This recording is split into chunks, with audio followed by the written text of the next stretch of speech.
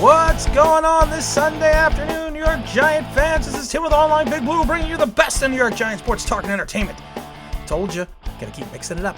Keep you guys guessing. Willie, won't he, Willie? We'll have to wait and see. All right, let's talk about the New York Football Giants. It's beginning to look like the perfect New York Giants football playoff storm. With the Eagles losing to the Cleveland, and Joe Burrow's going down with an apparent pretty serious knee injury. We hope the best for Joe Burrow, but I guarantee he's not going to play. I can't guarantee he's not going to play next week, but there's a pretty good indication he's not going to be able to play next week. The planets are somewhat aligning for a New York Giants football playoff run. And like everyone else, I don't want to get too excited because with Washington going, they're going to beat the Bengals. They're going to go 3-7. The Giants are 3-7. The Eagles, like I said, this is a devastating loss against Cleveland.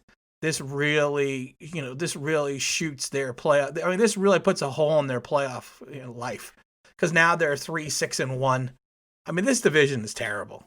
But you know what? When you are the best of the worst, you are still number one. So, all this falls back into what we talked about last week.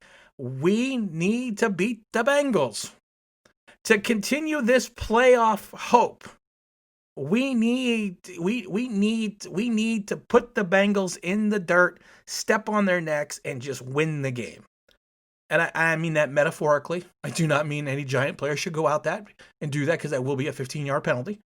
But we need to then just show the league, as a team, we are ready to make a playoff push.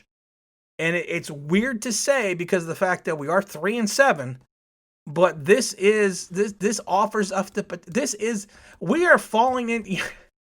The Giants at the beginning of the season had the perfect storm of inconsistencies and turnovers. And now it seems that the fortune or Lady Luck has turned the corner for the Giants. And now it seems the stars are potentially aligning to make this an interesting November, December. And actually have some meaningful games in New York.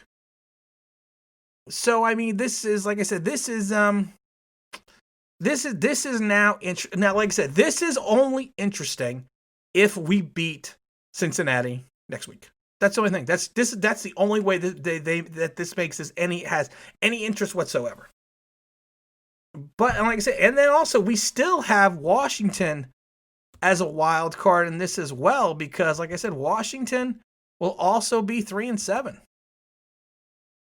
And if we take a look at the Washington schedule, I mean, they have the Cowboys, the Steelers, the 49ers, the Seahawks, the Panthers, and then the Eagles. So they could win 2 games right there. So that's 5 wins. And Lord knows what's going on with the 49ers. Do they take that? Is that a 6th win? And even the Panthers. I mean, the Washington team has some winnable games. So we have to keep Washington kind of in the rearview mirror right now. We got to kind of see, because like I said, Ron Rivera is a good coach. He makes some interesting. He's a gambler. He's Riverboat Ron. He makes some interesting decisions. But there is a potential right now for us to overtake Philadelphia and win the division. Now, the best part is, of course, we have beaten Washington twice. So even if we tie with Washington, divisional tiebreaker goes to us because we beat them twice. So I mean, it's weird to say, it's strange to say, but there is the potential for the Giants making the playoffs. Also, in a Xavier Mckinney update, I talked to someone in the East Rutherford area, just had a brief conversation with someone over some coffee, and they had mentioned that the Giants, there is a lot of information. I can't believe that just popped back up again. I'm getting worse and worse at this. There is some information, some misinformation that the Giants are going to be fully activating or have Xavier McKinney ready for the Cincinnati game. That's not 100% true yet. The Giants will probably make a decision in reference to this on Monday or Tuesday. They're going to see after practice how it goes. But right now, like I said, we don't know if Xavier McKinney's going to play yet. We're going to wait till Monday or Tuesday to get the confirmation after the coaches take a look at him during practice and see what's going on. So we kind of have to just kind of slow down and pump the brakes a little bit, because I keep seeing these things on Twitter and Instagram. McKinney's going to play. We don't know yet. The coaching staff is not making a decision until Monday. And besides, with everything going on right now, we have to hope they get back to, in-person work. We don't know yet, but we haven't had any other positive tests. Keeps our fingers crossed. And one last thing I wanted to talk about briefly, and again, it's the Joe Judge Mark Colombo thing, because I see a lot of people like, well, Judge overreacted because he fired him for saying a bad word. No, you know what? Let me tell you something. As someone who has been in NFL locker rooms before, after, and during games, in AFL locker rooms, in college locker rooms, you don't get fired or benched for saying a naughty word. If that was the case, I mean, oh my God, I was in Tampa for 2 years when John Gruden was there.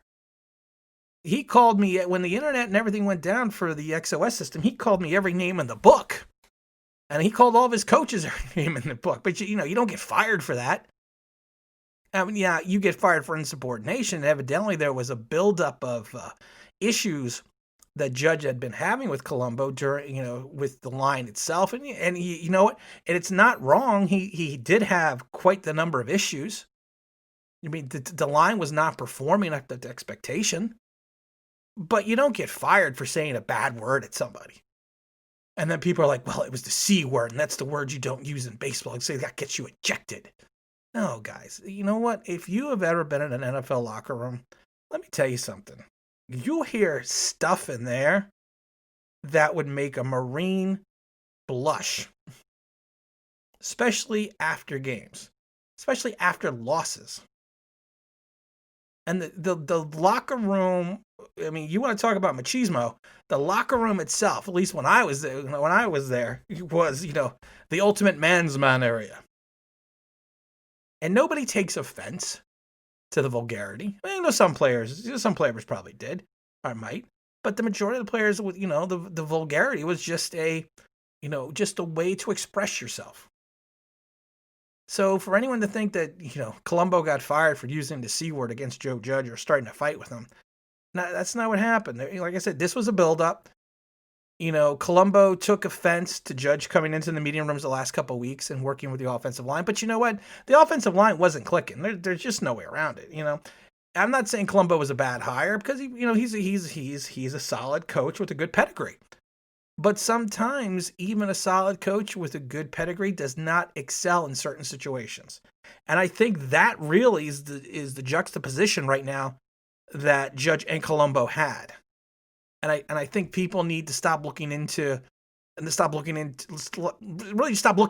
situation and trying to find something that's not there. Because you got some people are saying, well, nobody likes Judge. The coaches don't like him because he's doing everything the New England way. And then you got everyone on the other side, the Judge protectors, saying, well, this, you know what? So, guys, we at the end of the day, if we make the playoffs or finish strong, no one's going to remember what happened with Mark Colombo.